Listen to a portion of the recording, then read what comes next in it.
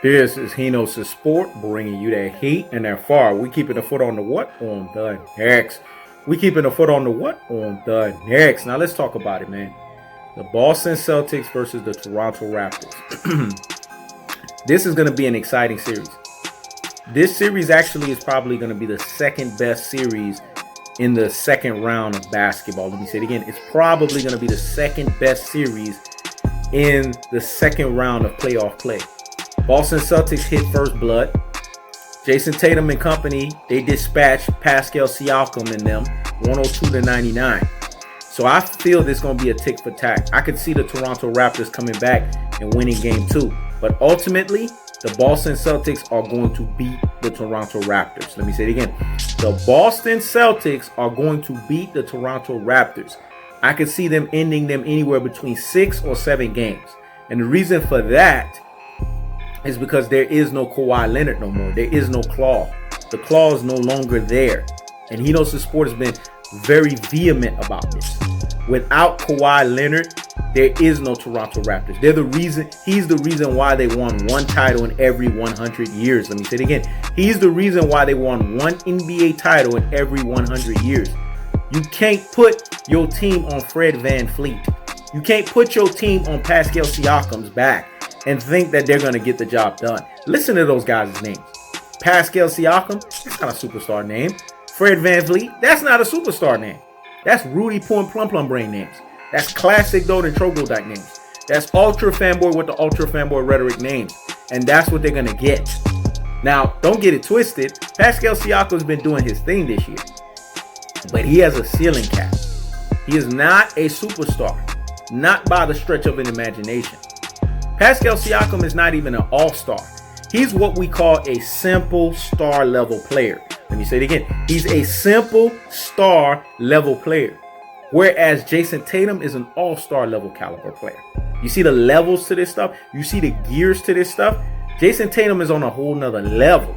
This is a guy that's a Mamba mentality pupil. He's learned under the tutelage of Kobe Bryant. So this guy's going to bring it. This series is his series. It's like basically his coming out party. It's his way of basically saying, I have arrived. I am here in the NBA. This is my time to shine. Now, I'm not stoked on players just giving me 1 year of exploit and then I'm going to be all hoop loud about them. I need to see this year in and year out. That's the standard for Henos Sport. Remember, maybe my basketball standards are too high. Or maybe y'all motherfuckers can't keep up. Let me say it again. Maybe my basketball standards are too high. Or maybe y'all motherfuckers can't keep up. So Jason Tatum gonna have to show me more.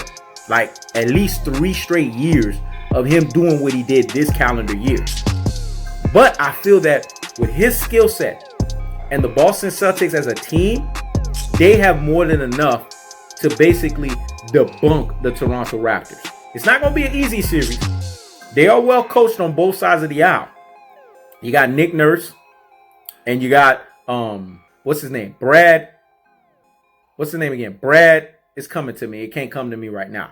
But you guys know who I'm talking about. It slipped my damn tongue. Brad Stevens. There you go. It came to me right now. You got both of those guys.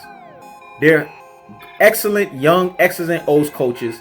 These guys are going to come, show up, and deliver the goods. They're going to do what they got to do. I feel like every game there's going to be one coach out coaching the other. 2 young athletic teams. They get out in the transition. They can shoot the 3-point shot. 2 high-scoring players in Jason Tatum and Pascal Siakam. The question is, who is going to be more consistent?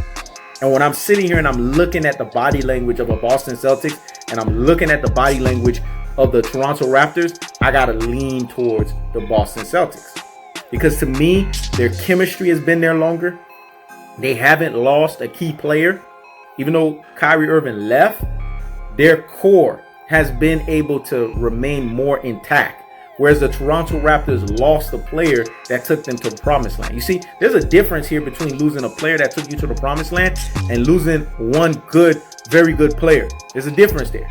And that's the difference between the Boston Celtics and the Toronto Raptors.